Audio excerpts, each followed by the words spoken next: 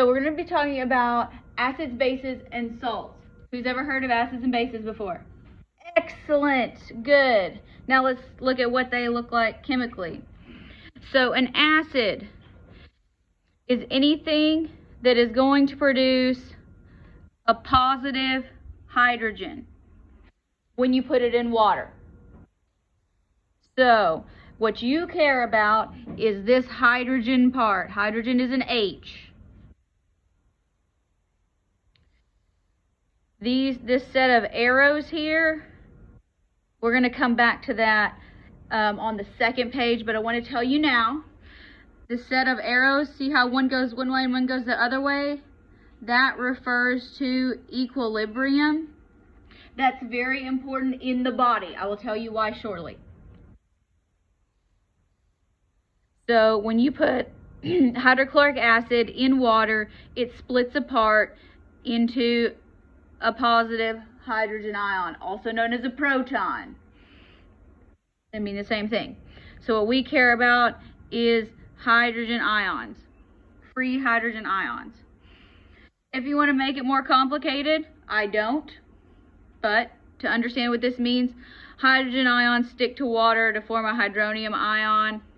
We're not going to do that. If you want to know more about that, take my 180 class. So we're going to refer to hydrogen as simply H+. So if you look at a chemical formula and it has an H as the first thing listed, it's probably an acid. Now a base, on the other hand, what you want to look for is hydroxide ions. That would be an OH. That's hydroxide. You don't need to know why. It doesn't matter. So when you put this in water, you're going to get an OH. The purpose of that OH is it's going to absorb some protons. Don't worry about that though. Not yet. So when you look at a chemical formula and you see these OHs, when you put them in water, they're going to break apart into a positive ion and a hydroxide. If it has a hydroxide, it's a base. No exceptions.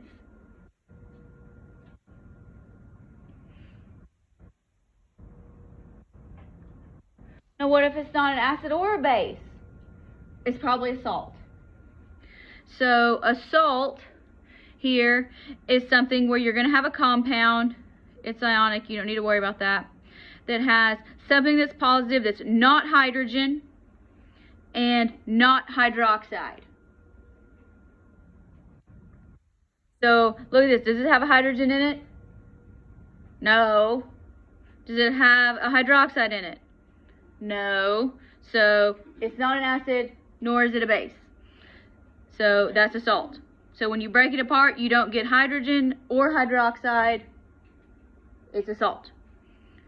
Now this one, be careful here. It's not meant to trick you, but see there's oxygen there. Again, there's an oxygen, but no hydrogen, and this is not hydroxide.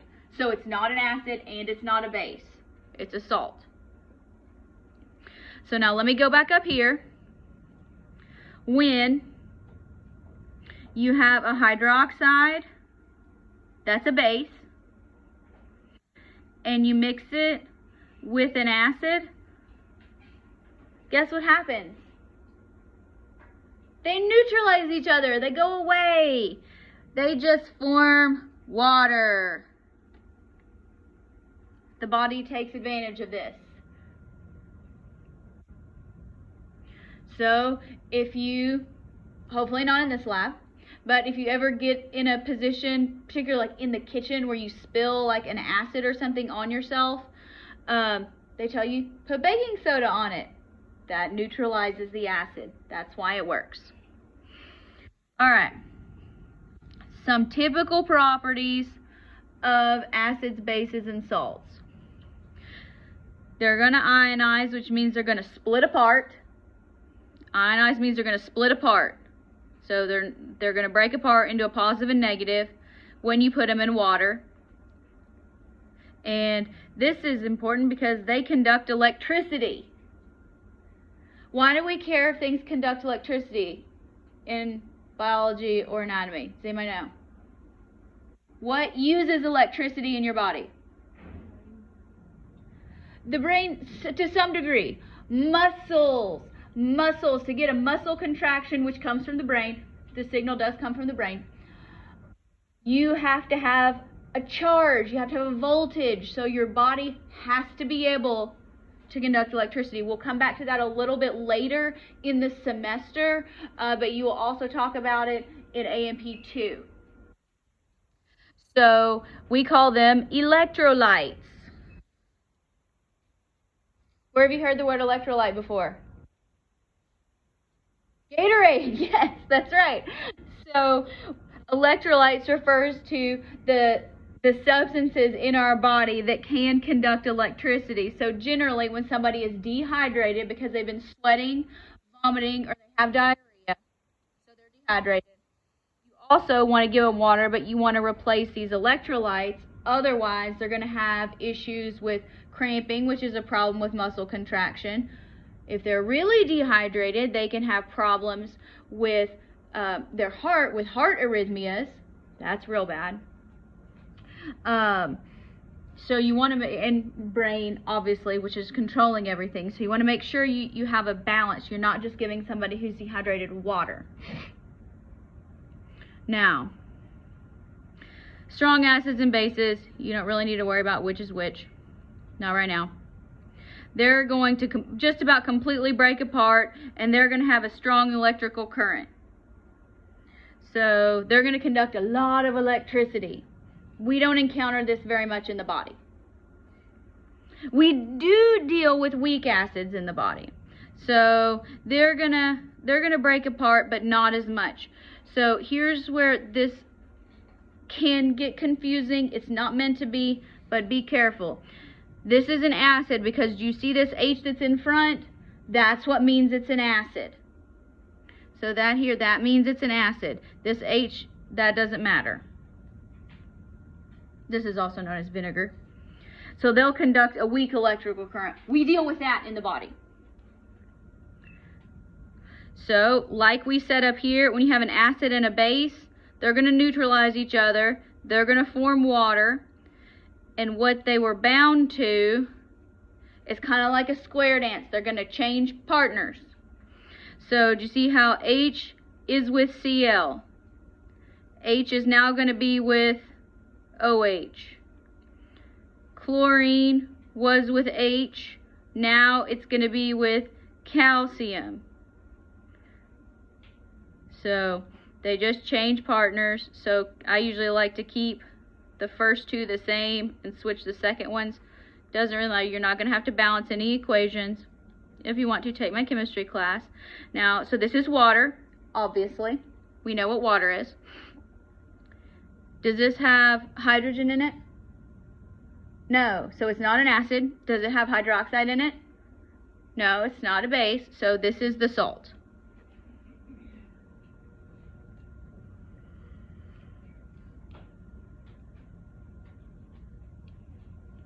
So when you have acids in a solution, if they're not particularly, they're not overwhelming, they're going to tend to taste sour.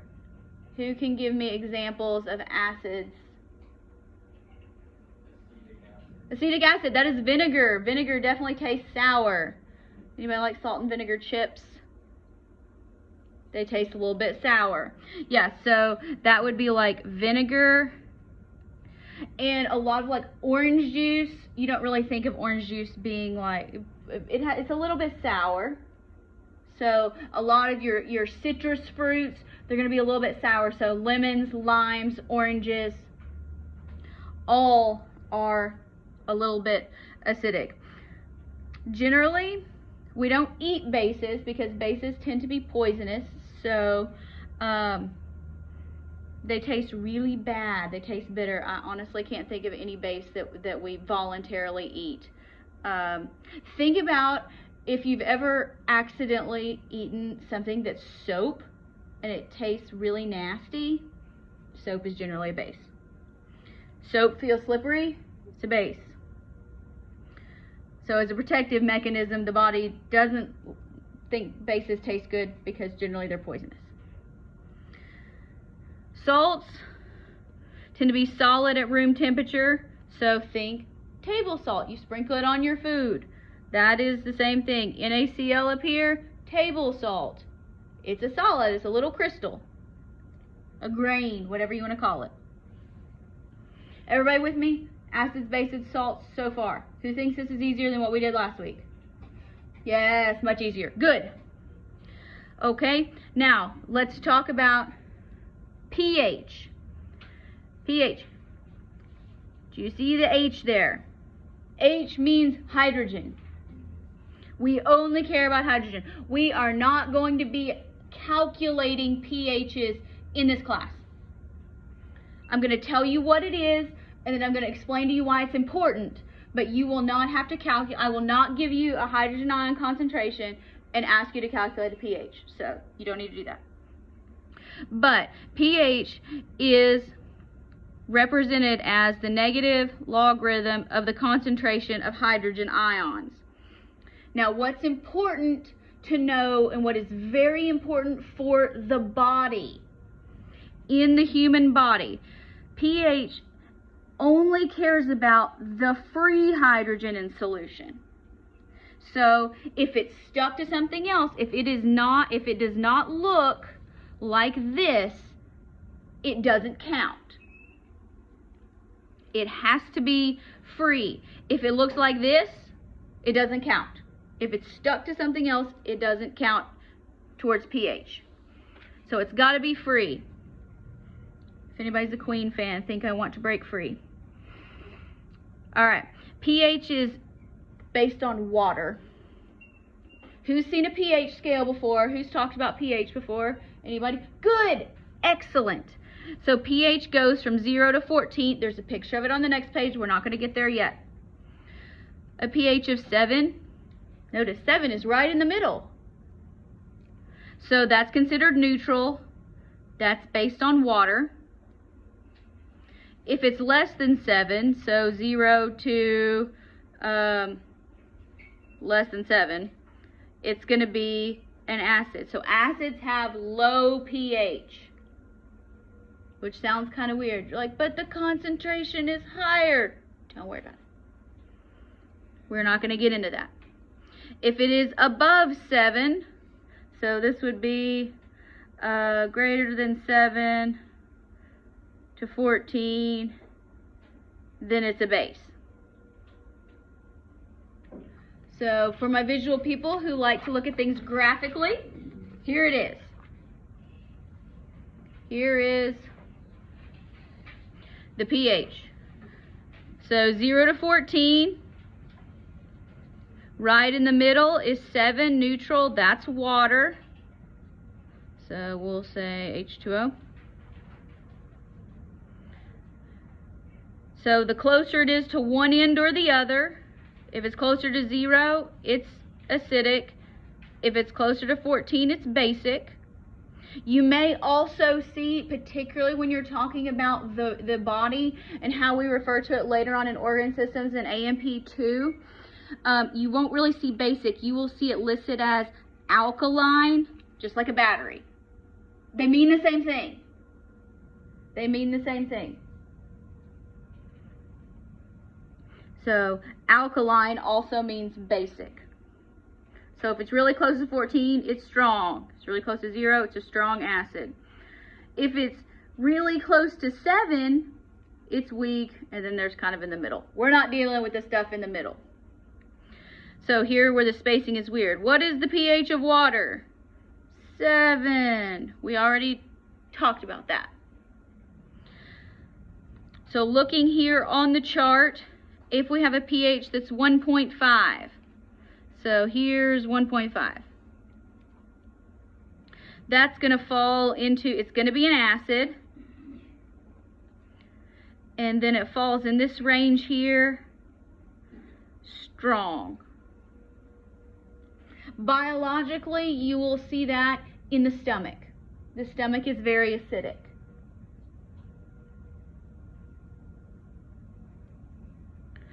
So if we have a pH of 6.5, here we are. Is it an acid or a base? It is an acid because it's less than 7. Very good. But it's really close to 7, so it's like barely an acid. So it's weak.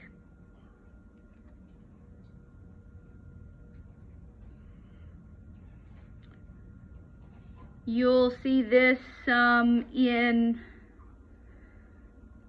the digestive tract, like in the intestine, particularly the small intestine is where you'll see a pH there. 7.5. Is it going to be an acid or a base? It's a base. Y'all are so good at this. I love it.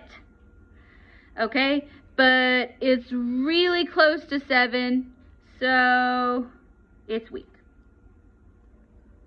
This is where the body kind of hangs out. If we're way up here at 13.5, it's definitely a base, and it's pretty extreme, so it's going to be strong. Now, I told you that we're not going to be calculating them, but pH is the negative log of the concentration of hydrogen ion. You don't have to calculate that, but it's a logarithmic scale, which means it's based on exponents. So, who has heard reports, not necessarily recently, in the news, sometime in your life, about earthquakes? How do they report earthquakes? How strong is an earthquake? They use the Richter scale. Okay, the Richter scale is also a logarithmic scale. What that means is every change in 1, so like when you go from pH 1 to pH 2 or 2 to 3, every time you go up 1 unit, it represents 10 times as strong or weak. So if you have an earthquake that measures a 5 and you have another earthquake that measures a 6, the 6th one was 10 times more powerful than the 5. Does that make sense? So 1 unit makes a huge difference. That's the point. So if you have a small difference in your pH value, it's still a big difference in how strong it is. This is a huge deal for the body. Now,